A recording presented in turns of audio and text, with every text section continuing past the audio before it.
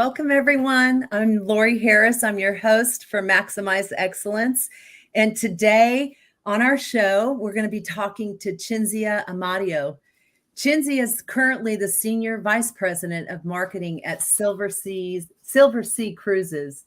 She's a leader in the luxury cruising industry. She's known for being resourceful, performance-driven, as a strong executive with strategic mindset. Her global, internationally based leadership experience spans across multiple continents, multiple marketing, sales, and business development pillars.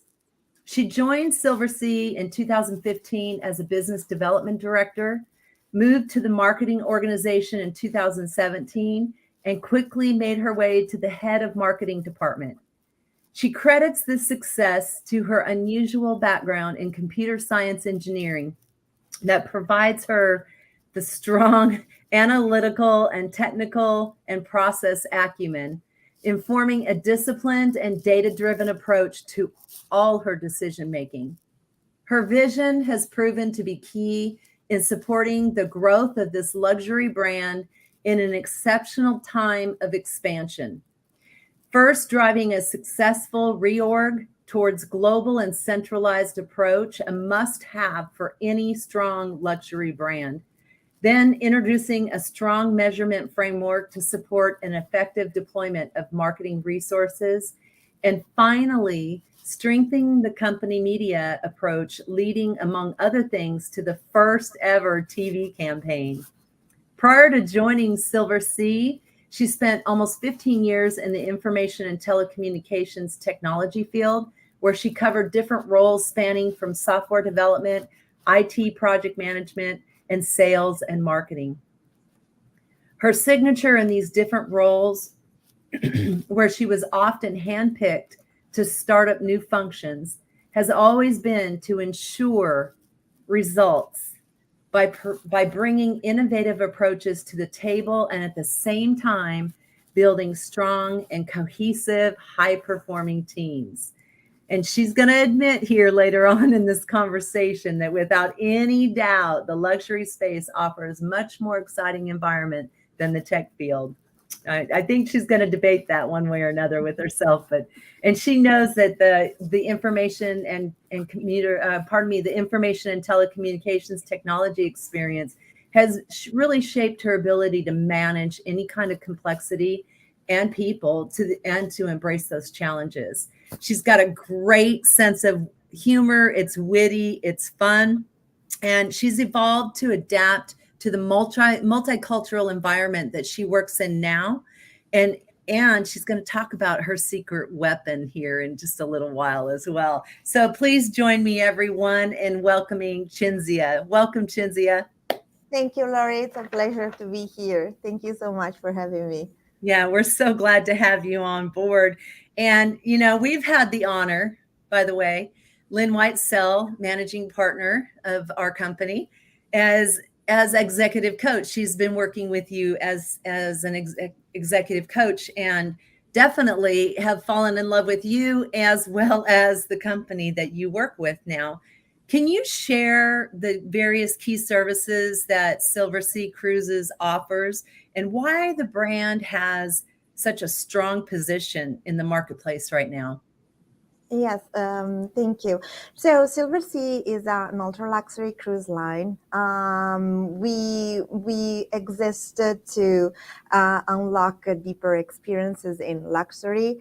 One of the key elements that characterizes our product is the depth of the destination experience that we provide to our guests, both in terms of how we try to make sure that they can have a real taste of the authenticity of each destination, but also because as a cruise line, we go to over 900 destinations. So if you think of any places that is close to water, it's probably likely that one of our cruises go there.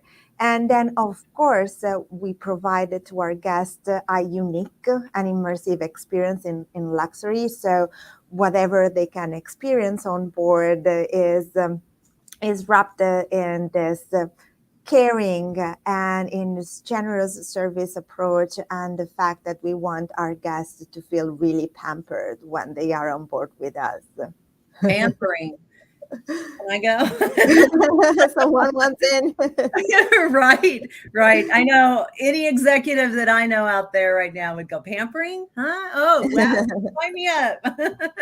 It's a much needed luxury at this point, I think, with the. Yeah, my parents just went on a cruise, and I think my mom will take some time to get used not to have a butler taking care of her 24/7. I love it. Okay, I'm gonna switch over from the company, and now let's talk a little bit about you and your role. So, in what ways do you strive to maximize excellence in your role right now as Senior Vice President of Marketing? So, as a Senior Vice President of Marketing, I think there are two directions in which excellence comes into the picture. On one hand, as part of the leadership team of the company, you need, of course, to understand where the company is going and why, and you need to understand how this translates in actions and ideas for the department that you are responsible for. So somehow you needed to set the path and set the tone for the evolution of the brand and the company as a senior leader. And on the other hand, I think you need to make sure that the strategy is clear as much as possible to the team you are working with, and also making sure that you provide for them a context in which they can thrive and be the best version of themselves.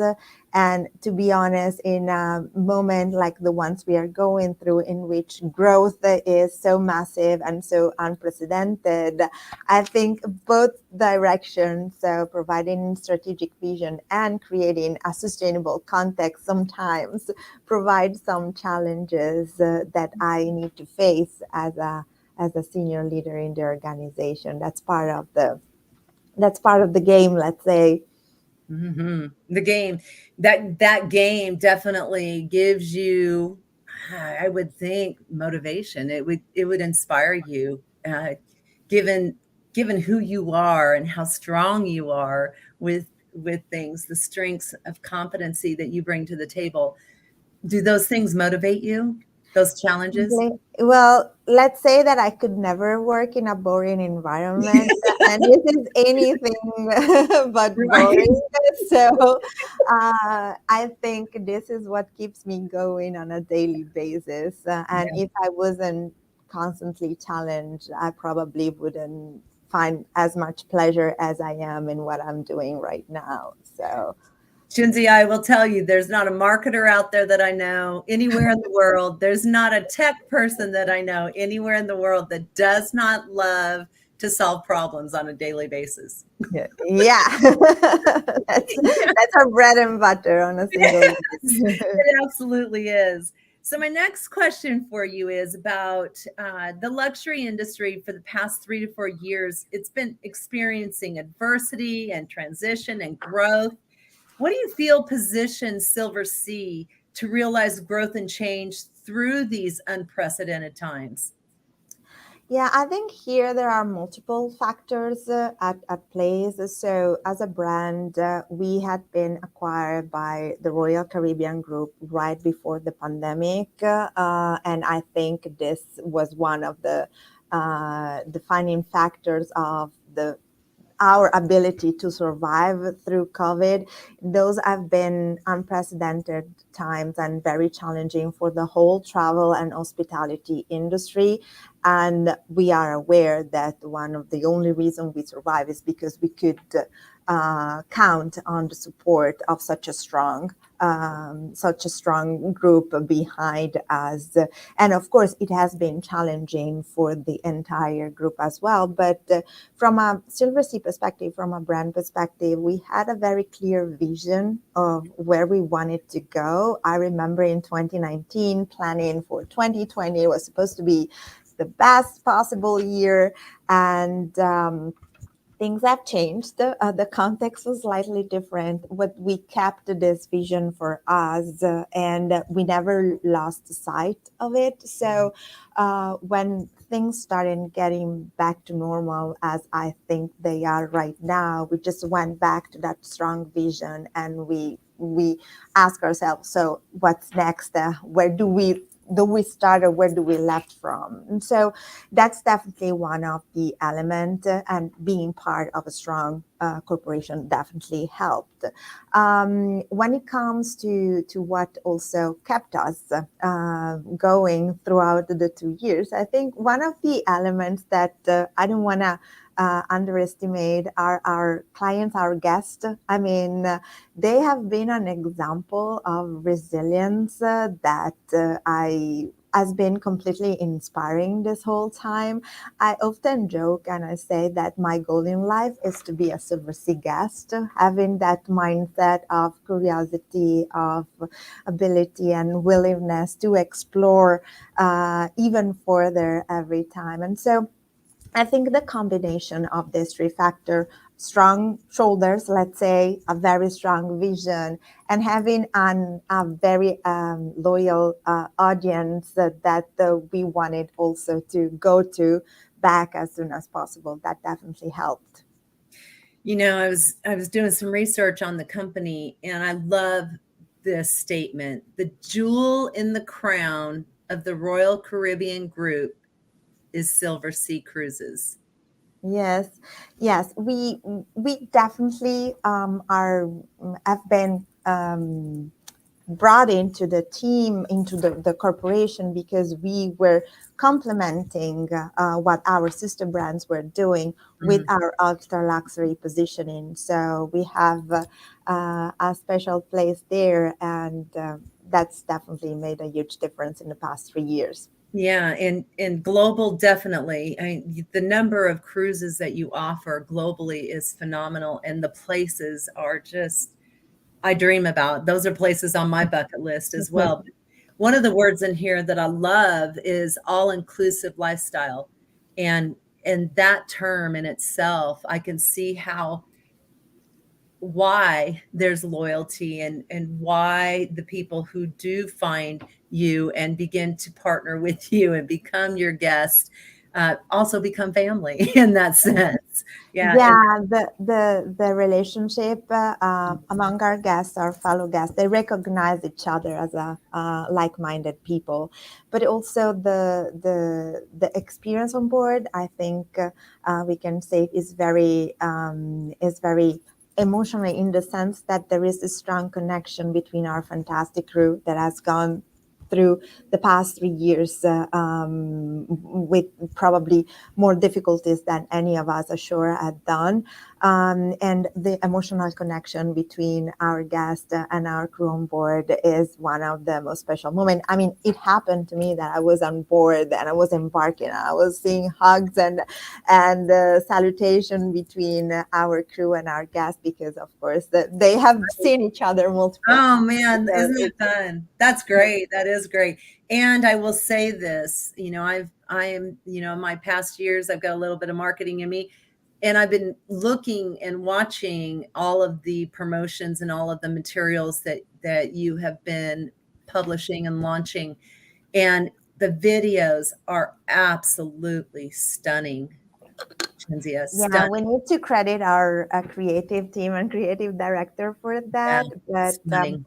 it's I think our marketing execution really capture as of now the uniqueness of the destinations we are going Yeah. to, and the level of impactful experiences that we can bring to Mhm. our guests once they are traveling with us in some of the most remote destinations in the world. I mean, I've always been, let's say that geography has never been my forte. Since I've been working with Silversea, I had to speed up and close the gap. It's Yeah. needed. Yeah, definitely.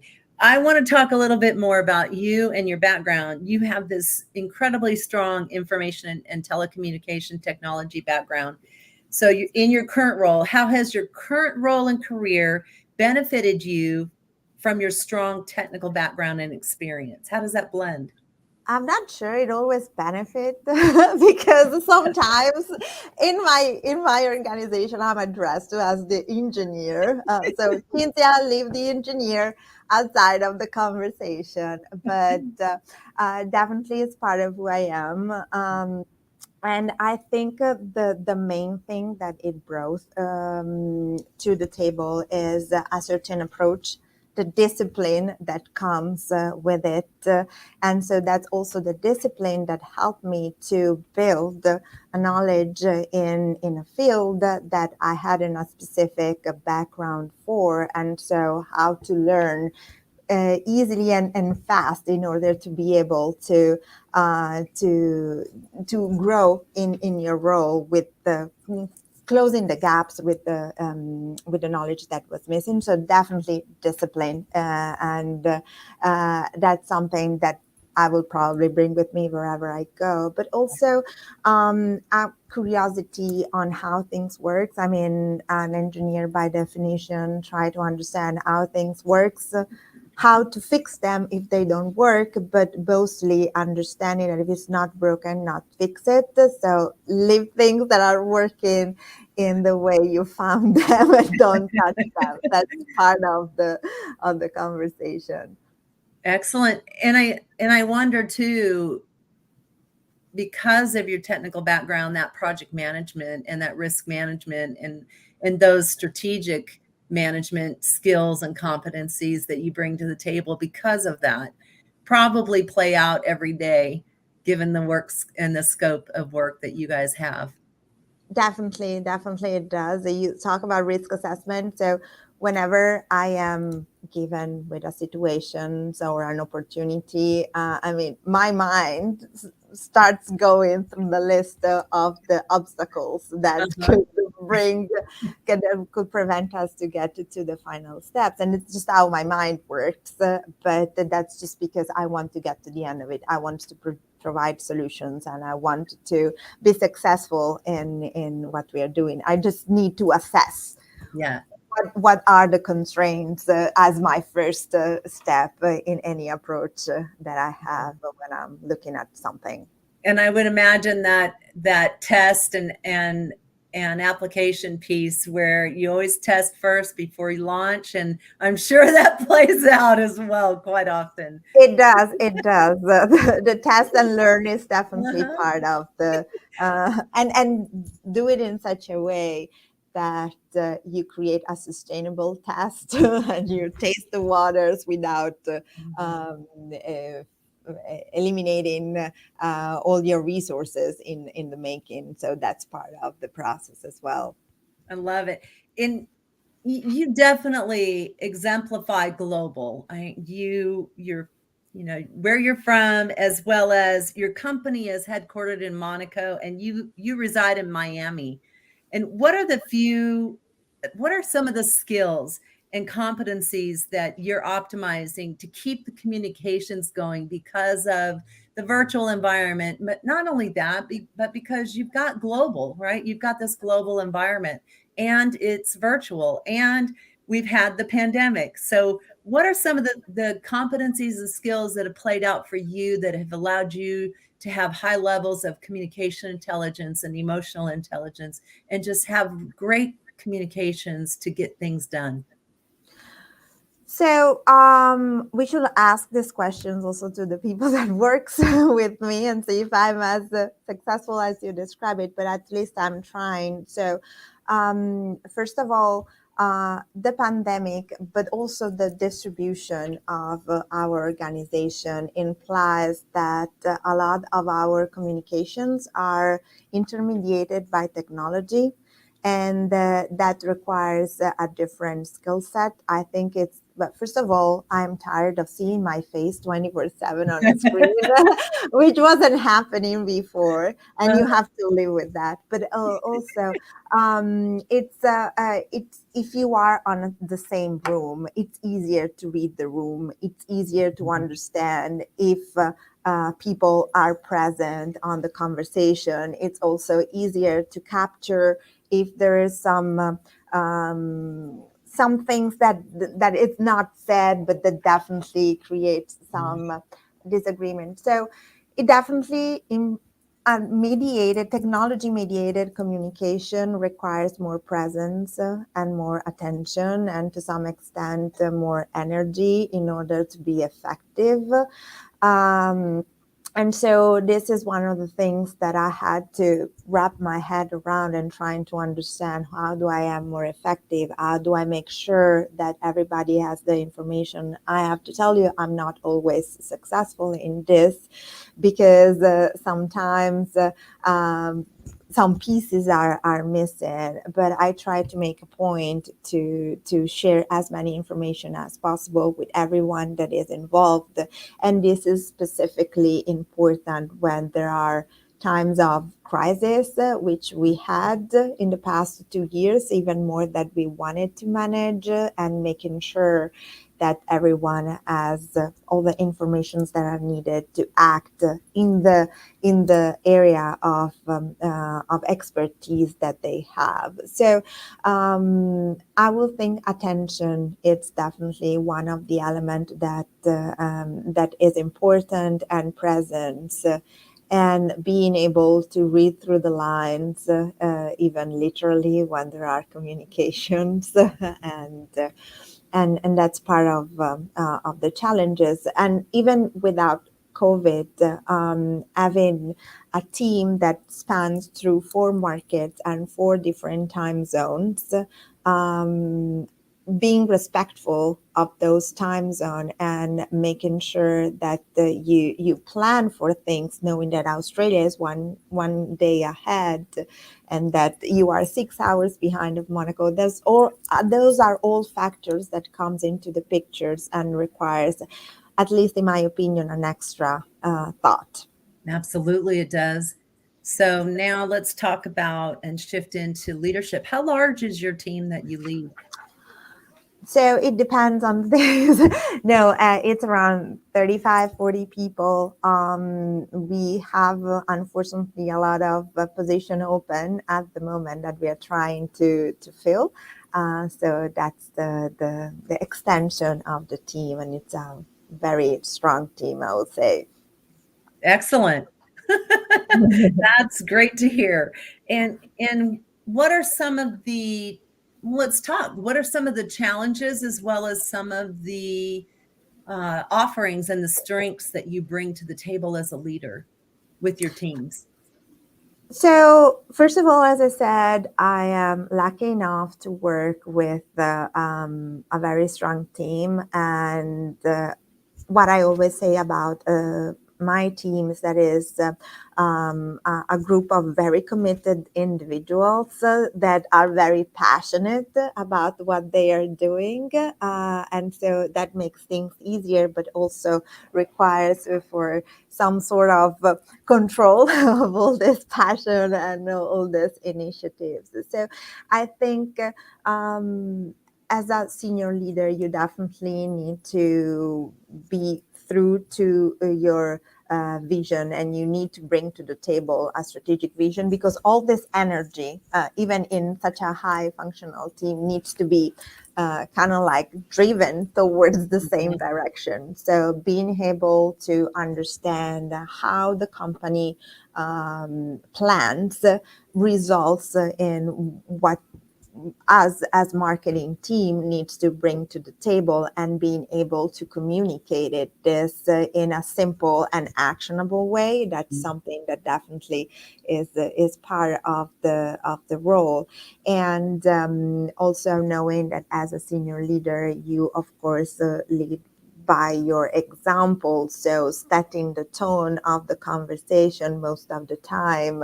And one of the conversations that I often have is, I know you are so eager to come to the end of it, but before start running in some direction, let's at least understand in which direction we want to run altogether. So just stop before, for a moment, before we start acting. So having always in mind the end goal, that for us is easy to state. We just we just want to fill up our ships in the best possible way. And so as a leader of an organization, also you have to take care of your team, but you also need to make sure that your team operates properly in a broader organization. Right. So you need to be organizational savvy and understand how what you are doing is impacting your colleagues and your team around you, and making sure that we bring to the table a cohesive vision when we are setting the path for the next steps. So we've read through your bio already, and later on we're going to share the link to your LinkedIn so that our audience that's listening in can definitely connect with you in ways to talk with you, because we've got some interest out there. I want to dig in a little bit to you and your team and this international environment. What are some of the highlights that you've had in maybe the last year with that work environment? And talk a little bit about those highlights and how valuable that's been. So in the opportunities and the richness of working with an international environment comes from the fact that really you are bringing to the table the most diverse experience and the most diverse backgrounds, and this is definitely enriching. But from my perspective, as I am seeing all of them, it taught me, especially in the past 3 years, to be much more sensitive of how those different experiences needs to be respected. I mean, I have a European background. I'm Italian. Italians have certain a specific reputation. We are very straightforward. We are very direct, and each culture has a different way of interacting. And so something that might be perfectly acceptable on an Italian workplace, it's not here accepted here. So I need to be very mindful about that, and being sure that even without wanting to do so, I don't step into anybody's sensitivity. And that's from the internal perspective. Also, choices of languages. I'm not a English native speaker, and I appreciate when some of my colleagues tells me the word that you're using, you might want to check the meaning, and so that's super helpful. That's super helpful. But also on a broader perspective, I mean, as I said, I come from a European background. I live in the United States. There are some things and some challenges, or some also inconsistency that I can see happens on this side of the world, and we have others in Europe. But from a market, especially from a marketing perspective, when you have to make a message go out there, you need to make sure that it's as strong as it is, it's really global. And there's the usage of word, the tone of the conversation, the imagery you put on the table, they need to be accepted on all 7 continents. And I have to admit, I don't always have the knowledge to understand whether we are taking the right steps. Mm-hmm. However, I think I developed the sensitivity to understand where it's time to stop and ask before putting it out there. And so Right. this is where I rely on my colleagues for a sanity check before we just sign off on what's going out. That's wonderful. So I'm curious, Cinzia, did you get formal media training in regards to culture and global acumen, or is this something that over the years you've adapted to and learned and become incredibly? I adapted to it. I'm not sure if I'm very successful at it, but definitely, and I'm living in a different environment. I am spending my days with my colleagues, so it's part of the learning of human interaction, I think, and it comes with that. Good. And what are the differences between being a senior VP and business development director? So you went from director to senior VP. What's the difference there? Well, there has been some steps in between, but the main difference is that as a director, as business development director, you are mostly you own the goals of yourself or your team. At the time, I had a team of one, so it was very easy to own the results of the team. But you have your task. You need to be successful and efficient in making it happen, and that's it. When you grow in terms of leadership, what changes is the fact that first of all, you are not doing stuff, or you are not doing as much as you were supposed to. The success of the team comes through the success of the people that are part of the team, being able to drive the team in the right direction. It goes back to what I was saying before. So making sure they know where you are going and how you want to get there.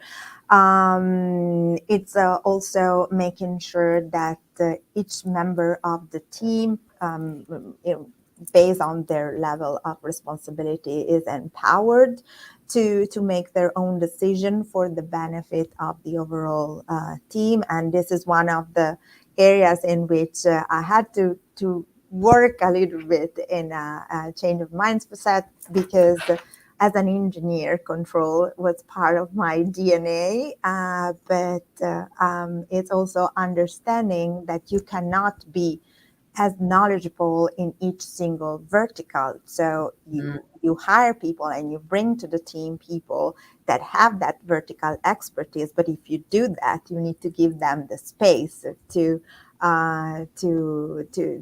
do what they have been called for, and empower them. So definitely that was one of the things that I had to work on the most. And then with a broader role comes also a broader decision-making process and power. And sometimes you are the ones that needs to make the tough calls, and that's the sometimes the difficult part of it. And you have to, because with the role comes also this baggage, let's call it. Right, right. And I would think as well, Cinzia, you're a great role model for an executive, as well as I believe that Silversea Cruises is a great role model in the industry for luxury, right? And maximizing excellence in that brand. So how might that differ from a non-luxury brand? What's the difference between non-luxury and luxury? So when you say maximizing excellence from a luxury brand, you expect excellence, full stop.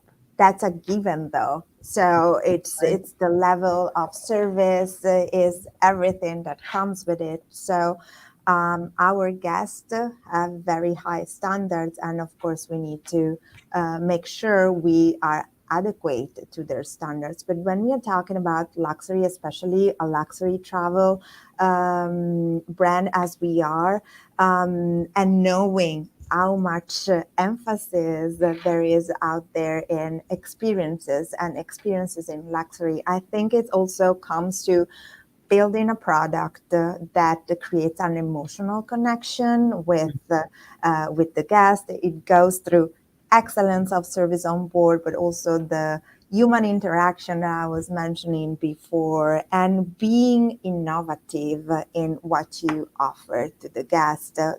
With each ships that we bring out there in the world, there is a level of innovation that comes with it.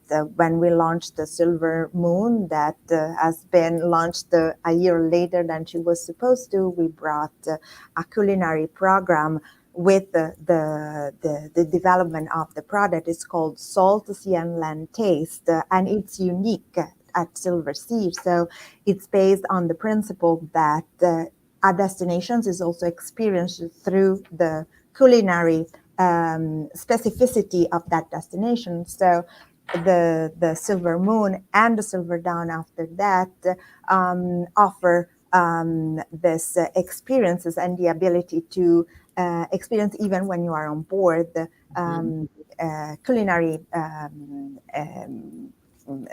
menus that are based on the destinations you are visiting.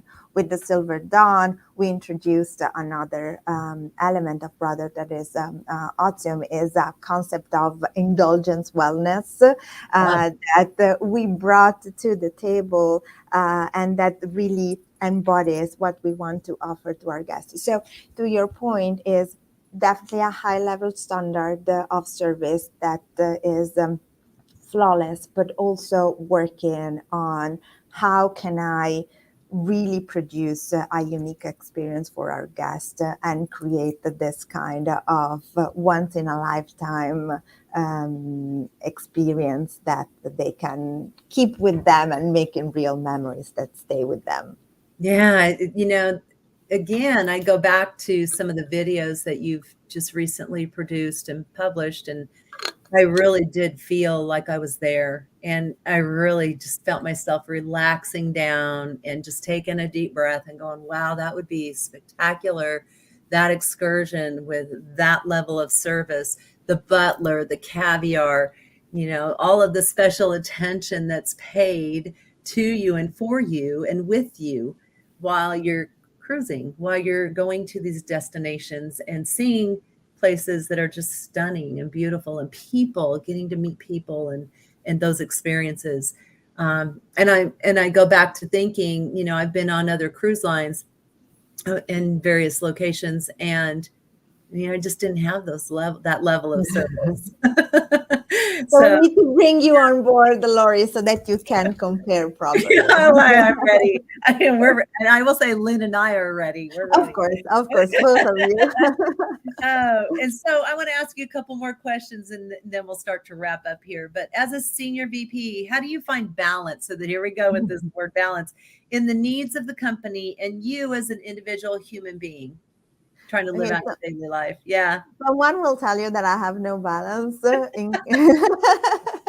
which is partially true, honest. So this is one of the topics that I've been working, and I'm still working. I'm a work in progress on that perspective. But to your point, in order to be effective as a leader, and so to provide for the needs of the company and the role that I am in, I have started to think that I have to take care of my personal needs to some extent, because as they say, you cannot pour from an empty cup. So I at least I try to be more mindful and aware of what are the things that gives me energy. How do I manage my personal energy, not just for the results that I need to bring in, but also for the team that I'm working with, and making sure that they get the best version of me. Most of the time, that's not always the case, but at least I try. And so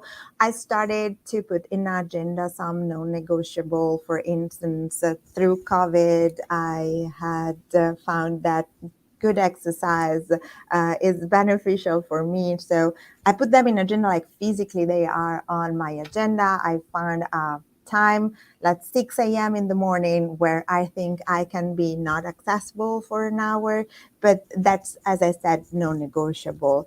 And trying, as I said, to be able to understand how to provide some sort of balance, at least if not in time, because especially at this specific moment with the growth that is ahead of us, there's so much to do, but at least in terms of energies and making sure that this is part of my planning on a weekly basis.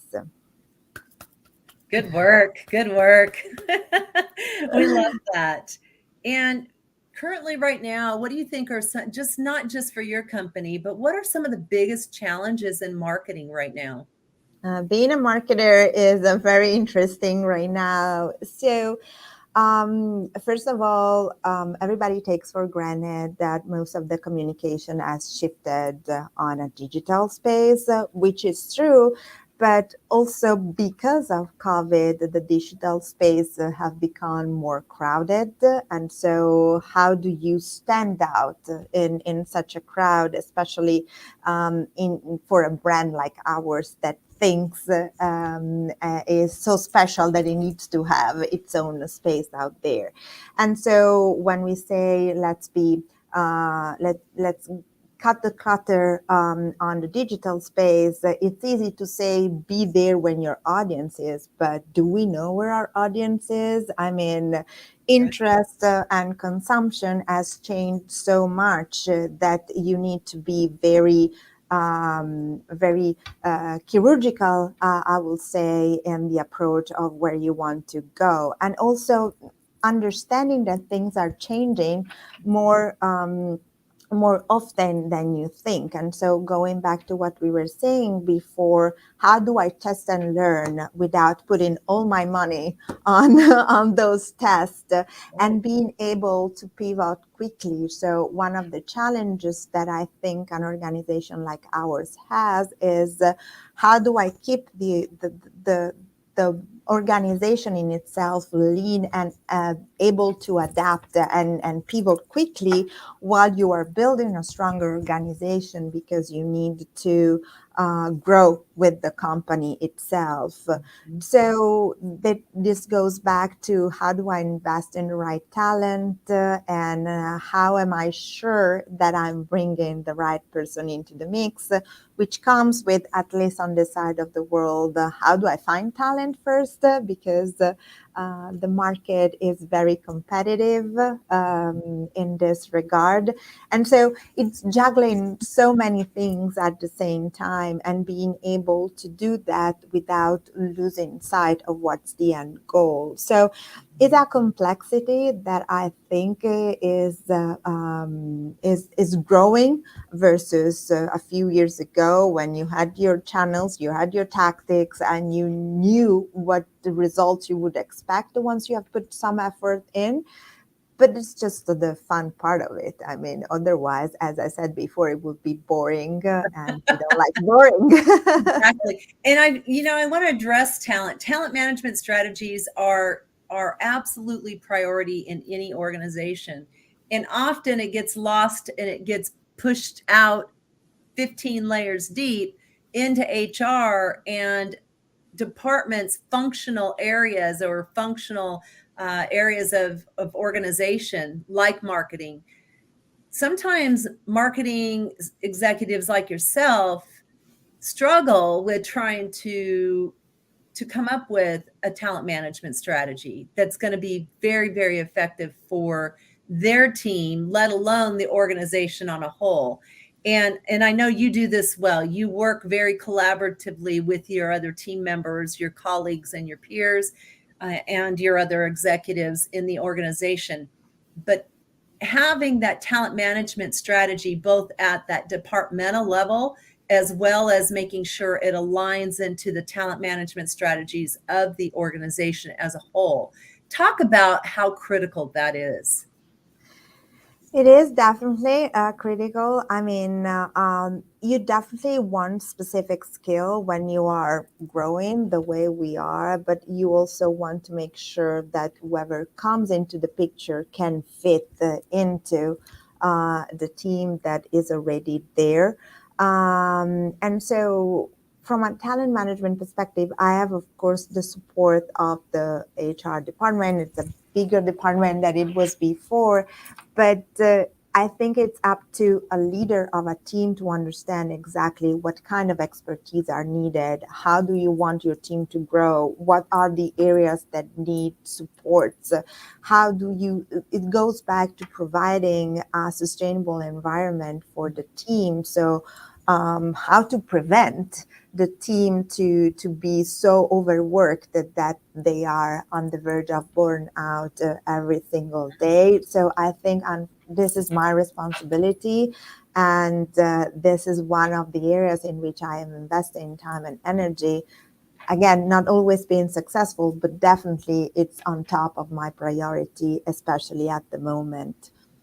So in regards to marketing, Cinzia, is there anything we left out that's really important for the audience to understand about marketing and maximizing excellence in marketing?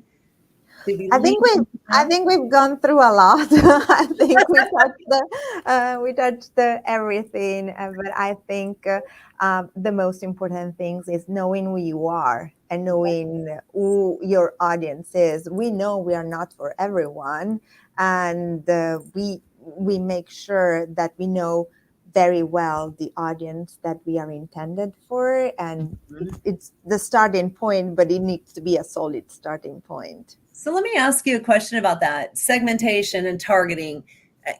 That's an ongoing task with marketers, and too many companies do it one time, or they do it once whenever they do a re-engineering, or they reorg. That task is very, very critical. Can you talk a little bit about that in marketing and why it plays out that way? It plays out a very important role. But when it comes to our company, for instance, we have audience that is more defined by a specific mindset than by very granular segmentations. And also, we know that our target audience are the affluent baby boomers, and it will be for a lot of time because we need someone that has time and money to travel with us. So in a product like ours, I think that as I said, the granularity of the segmentation is not that differentiated, but knowing exactly who you are going towards and understanding also how your audience is shifting, at least on a yearly basis, that's something that should be part. And it goes back to what I was saying before, because if you don't know your audience, you don't know where to look for them and where to look more of them. And especially, as I said, in today's days and age where everybody is screaming everywhere, finding your niche grows through knowing exactly who you are targeting for. So I think that's very important for every brand. Great thought leadership today. Great conversation. It was a blink of an eye, wasn't it? It was. We're done. And so Thank you. before we leave our audience, how might they get in touch with you? You can find me on LinkedIn, and that's probably the easiest way to find me and reach out to me. Also, because I always have access to my messages there. So hopefully Great. through LinkedIn. I always ask, what's the one thing that you want to share with others as a leader, maximizing excellence? What's one thing? It's whatever you're striving for, maximizing excellence, it's still a work in progress, and let's all be aware of that, and let's live with that, and let's keep on investing in growth. Excellent. Well, there was lots of comments today as well. And, in particular, they definitely want to talk with you. So it looks like they'll be getting in touch with you via LinkedIn. And they were really wanting to know a little bit more about your cruises and things like that. So Lynn has shared links to the company as well, so people can go and look at all that Silversea Cruises has to offer. And Cinzia, is there any last other comments that you want to make before I end our broadcast today? No, it was a pleasure talking with you, and thank you for having me and giving me this opportunity of sharing more about myself and my company, and thank you for your time. Excellent. Well, thank you again, Cinzia. It's been a pleasure, and it's our honor, by the way, coaching you, and even today having you as our guest. Thank you again. And for everyone out there, if you're interested in other podcasts that we host, we do reach out and we interview many of the executives that we work with, or those that we are partnering with or collaborating with, and even those we admire. So we've got those live on our LinkedIn at Harris Whitesell Consulting, or you can find them also on our YouTube at Harris Whitesell Consulting.